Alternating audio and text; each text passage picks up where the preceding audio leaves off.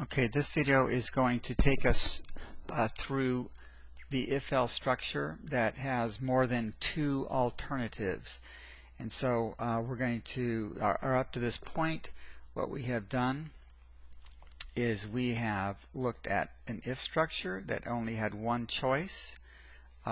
So either the if clause is executed or it's ignored.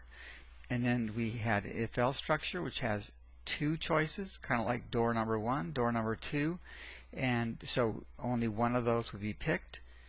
Now we're going to deal with three or more alternatives, and so it would look something like this. And so we have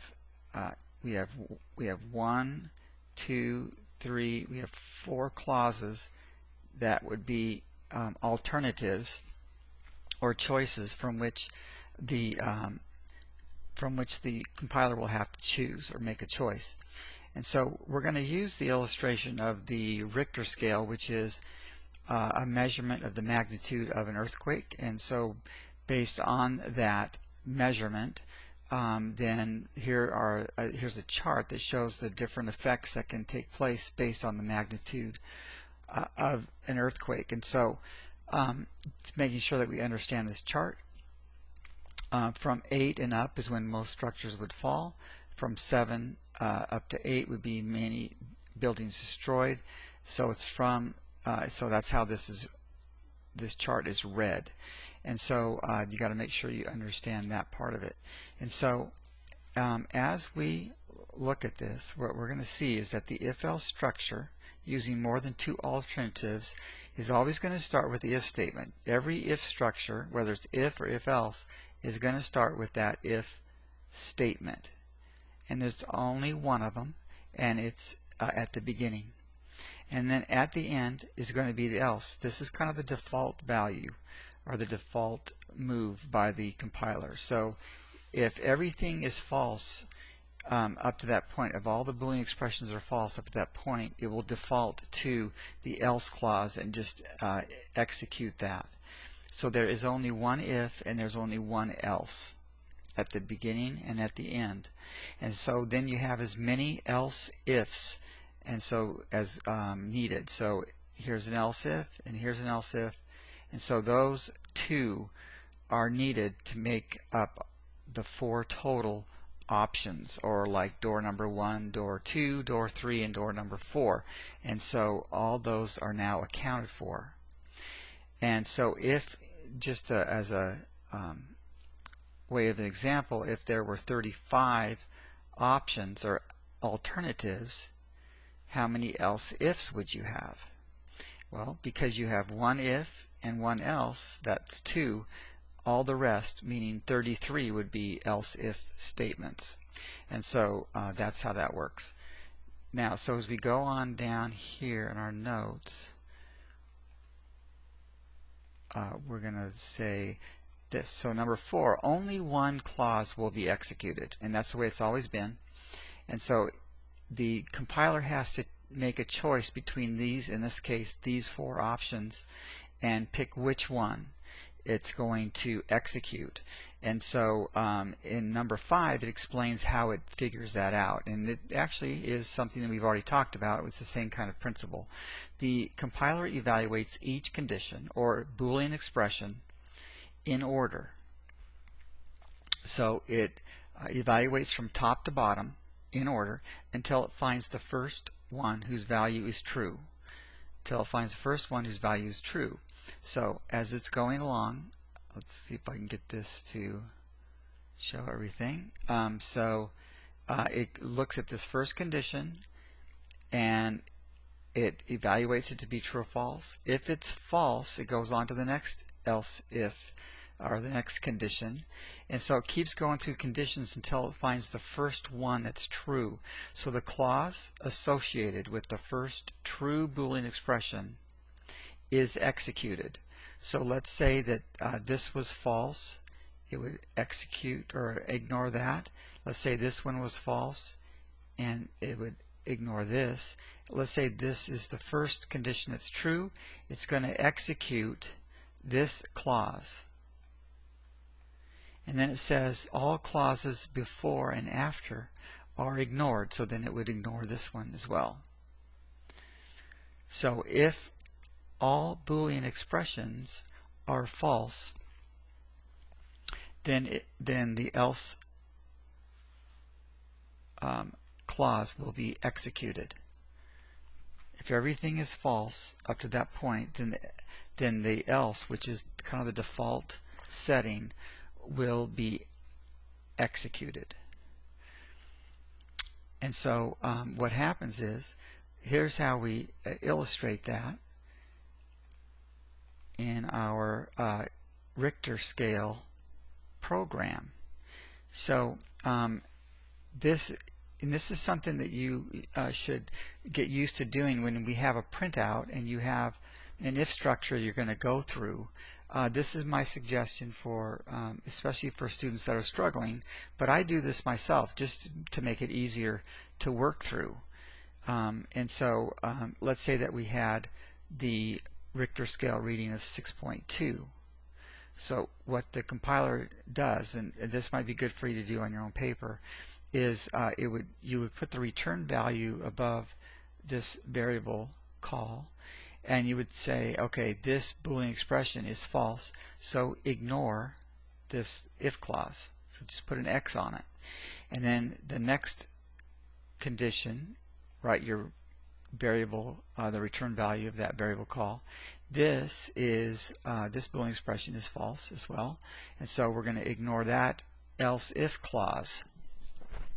And then the next condition, 6.2 is greater than or equal to 6.0, is true, and so it's going to execute. So I'm just going to write an EX over here to the left of this clause, and then we want to illustrate the ignoring of the remaining clauses by putting an X over them.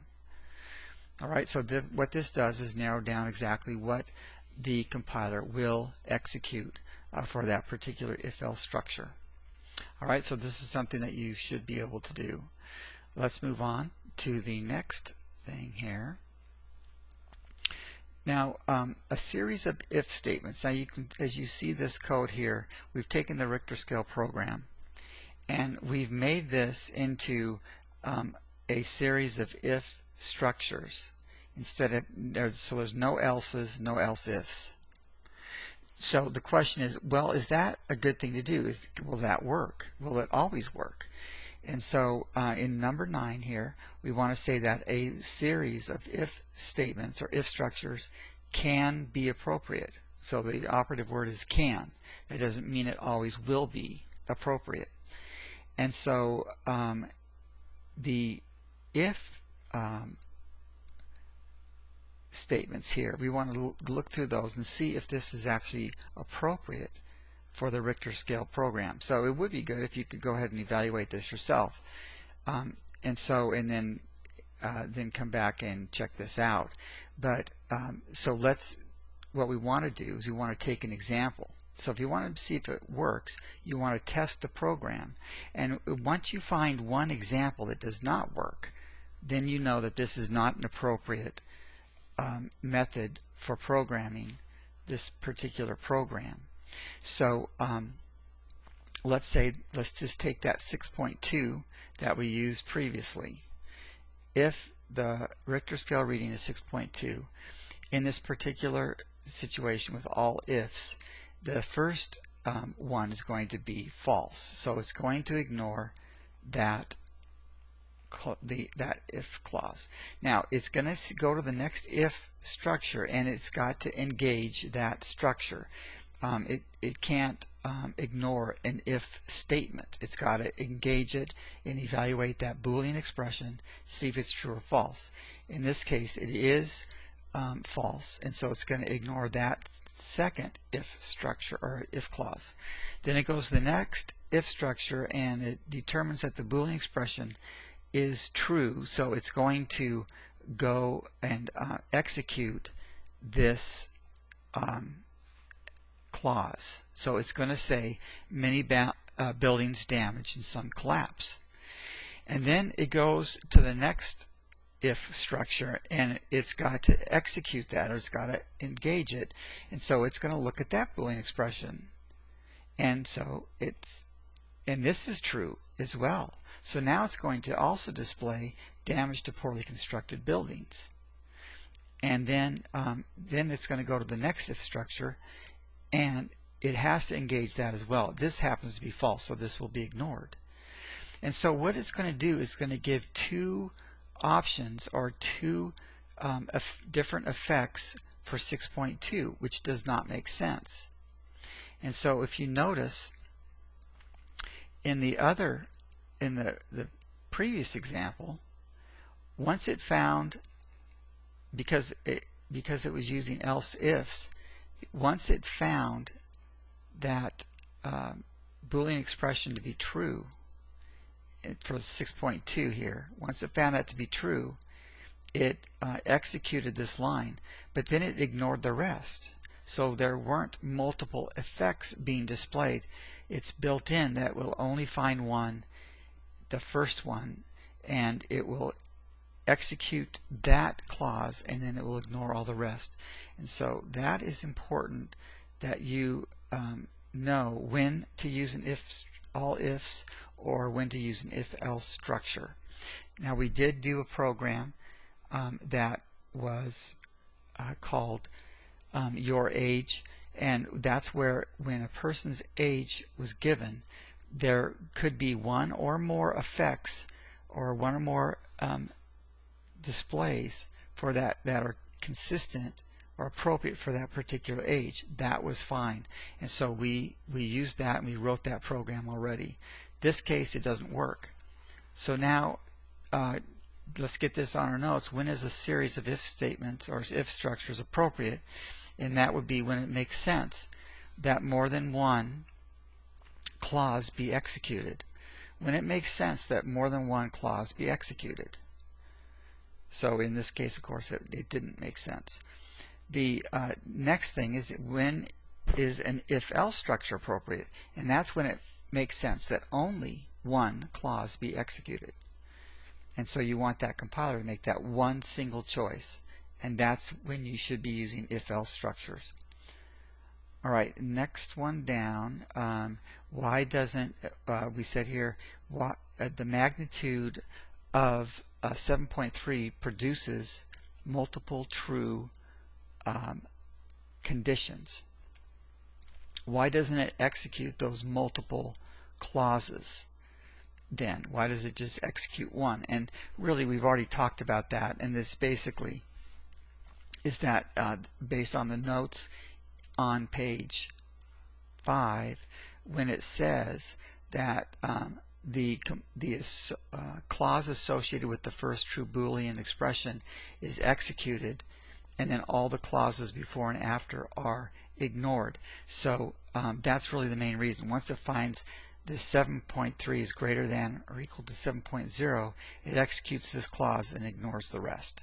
So that's why that it can pick the right one and only pick one. Now, the other question, this is the final thing I think we're going to look at, is, does the order in which the conditions appear matter? And so as we're looking at this on our notes, we see that what we did is we took the we started with the lowest amount, the lowest effect, which would be no damage, and the associated Boolean expression, and started there, and then we worked the other direction. So the greater than or equal to 8.0, where most structures fall, is actually at the bottom now instead of at the top.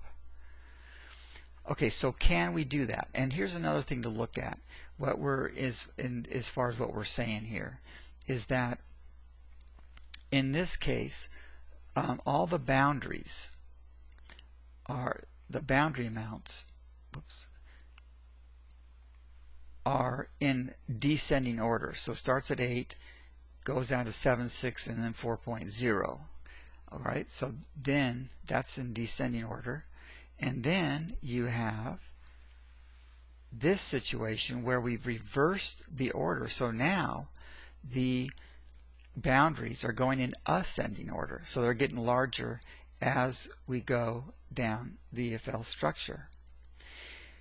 So the question is this going to work? And I probably should have just eliminated this last Boolean expression and if and just made this else.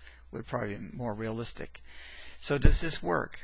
And as you go through this, if you were to look at this, we would see that no, this does not work. And so let's see why that is. And so if we take 6.2 again, well, let's take 7.3. If we take 7.3, what's it going to print? What's it going to execute? So 7.3 is not less than 4.5, so it ignores that. So everything's looking good so far. Then it says 7.3 is greater than 4.3. Well, that's true. So now it's going to say damage to poorly constructed buildings. So that's going to be a problem. That's going to be your result. Damage to poorly constructed buildings. But according to the chart, 7.3 is supposed to be many buildings destroyed. And so it's picking out the wrong effect. So the wrong clause has been executed. And so does that mean that we cannot do ascending order? That's not what that means. So what that means is that you're going to have to make some adjustments to specifically to the relational or comparison operators. That's going to be where the problem lies. So yes, you can go in ascending order, but you're going to have to make sure that the boundaries are correct and the relational or comparison operators are correct and make it work. And so if we look at an example here in JGrasp, then here is the ascending order. Alright, so we're going from 4.5 to 8.0 just like I showed before. And then, but notice now that the relational operators have been reversed. And so if we compile this and we take that 7.3 as the input, what we should get is many buildings destroyed. Let's see if that's what happens then. And so as you can see, it does give the correct one, many buildings destroyed, and that's because we made the boundaries correct and the relational operators to be going in the correct direction. And so that's how that works. So you have to really pay attention to the direction of your relational operators. Okay, so let's see how I want to do this. And so we'll finish with this. Number 14 here is to you always want to use an else at the end of your if-else structures, not an else if, unless it calls for it. And so the general rule is that you're not going to need to use an else if at the end. And the way that you can tell if you need an else if is by testing your program, which we're going to discuss here right now. So you got to test your program. If you don't need an else if, don't use it. So you don't want the compiler to need to go and evaluate a Boolean expression when it's not necessary. The last thing that we're going to deal with here is it is important to test your program with all the possibilities. And remember to test the values that are greater than, less than, and equal to the boundary amount. And so as we look up here, just to explain what I mean. Now we have talked about this before, but now we're going to use it with more options involved. And so so you're going to here's a boundary is 8.0. So you want to use something that's higher. So let's say 9. Then you want to do something that's equal to, so 8, and then something that's less than, so 7.5. All right. So now for the 7.0, you've already tested the one that's bigger. So test this amount, and then something in between these two, 6.5, let's say. And then test the 6, then maybe something like 5, and then 4.5, and then test something less than the 4.5 and make sure all those work. So that would be testing all your possibilities. If those work, then you can feel pretty good that your program has been written correctly and will produce the appropriate output. Alright, so that is it.